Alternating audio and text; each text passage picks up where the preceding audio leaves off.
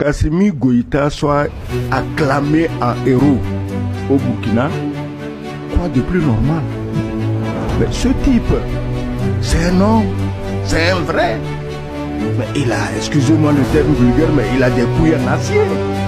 Parce que l'État où était le Mali avant l'arrivée d'Assimi Goïta, tu t'imagines, les Français avaient déjà donné la Zawad Kidal aux Touaregs. Ils faisaient les fêtes d'indépendance avec les représentants français, l'armée française, même les représentants de l'ONU qui se baladaient quelque part là-bas en disant officiellement qu'ils sont venus chasser les terroristes. Ils allaient célébrer la Zawad. Ne serait-ce que ça, d'avoir récupéré la Zawad. Il est un héros africain, pas malien ou pas de l'AUS, c'est un héros africain. Et puis moi, ce qui me rend très fier de cet homme, mais il n'est pas, quand il est arrivé au pouvoir depuis 2 ans, il n'est pas allé se salir les doigts sur le perron de l'Élysée.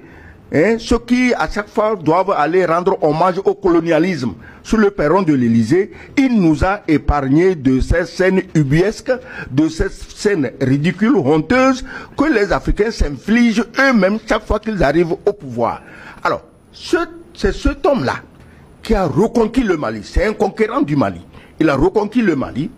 Il est resté chez lui, il travaille, malgré l'adversité. Ce n'est pas aussi facile pour lui, mais il n'a jamais eu peur.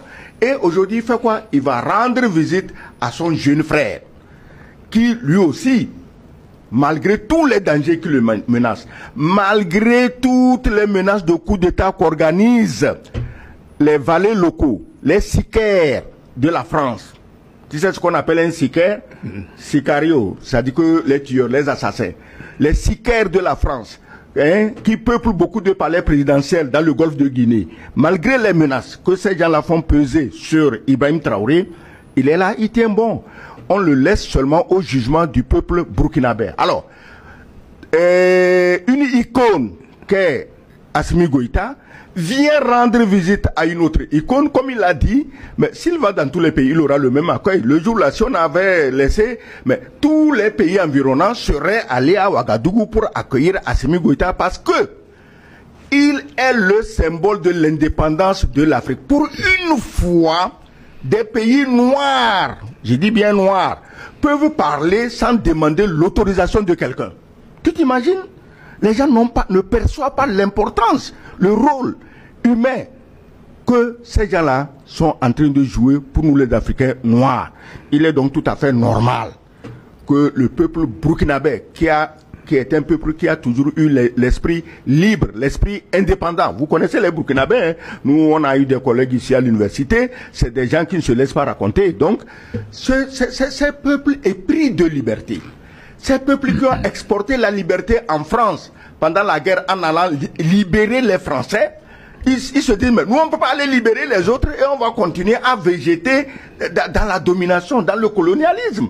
Donc ces peuples épris de liberté ont eu pour une fois dans leur vie des dirigeants épris de liberté, des dirigeants honnêtes, intègres, combatifs. Parce que ce qui s'est passé dans ces pays, Mali, avec le pauvre Ibeka, Burkina, avec le pauvre roi Christian Kaboré, je ne parle même pas du Niger où le colon était venu lui-même s'asseoir au palais. Donc ce qui s'est passé, quand tu regardes tous ces anciens présidents qui sont tombés, mais au fait, ce n'est pas leur faute. Puisqu'ils n'avaient même pas le droit de décider de quoi que ce soit. Ils ne pouvaient même pas acheter les armes. Quand ils avaient l'argent, ils commandent les armes, on amène les armes dans un port d'un autre démocratiquement élu, on bloque les armes. C'est-à-dire qu'un nègre démocratiquement élu, c'est pathétique. Donc, dans ce port, on bloque les armes. Mais ces gens, au fait, pour finir, qu'est-ce qu'on leur reproche? Les jeunes ont fait des coups d'État, non pas parce qu'ils reprochaient quelque chose individuellement à ces dirigeants, mais parce qu'ils ont su que ces dirigeants sont de véritables petits esclaves d'une cause maléfique pour l'Afrique qui utilise toujours, en contradiction de la Sainte Trinité, hein, comment on dit aujourd'hui, c'est dimanche, non, le Père, le Fils et le Saint-Esprit, eux, ils utilisent la maléfique Trinité qu'est démocratie, droit de l'homme, élection.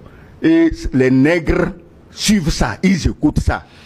Avec ça, on vous a dominé, on vous a esclavagisé, et vous continuez à répéter ces conneries.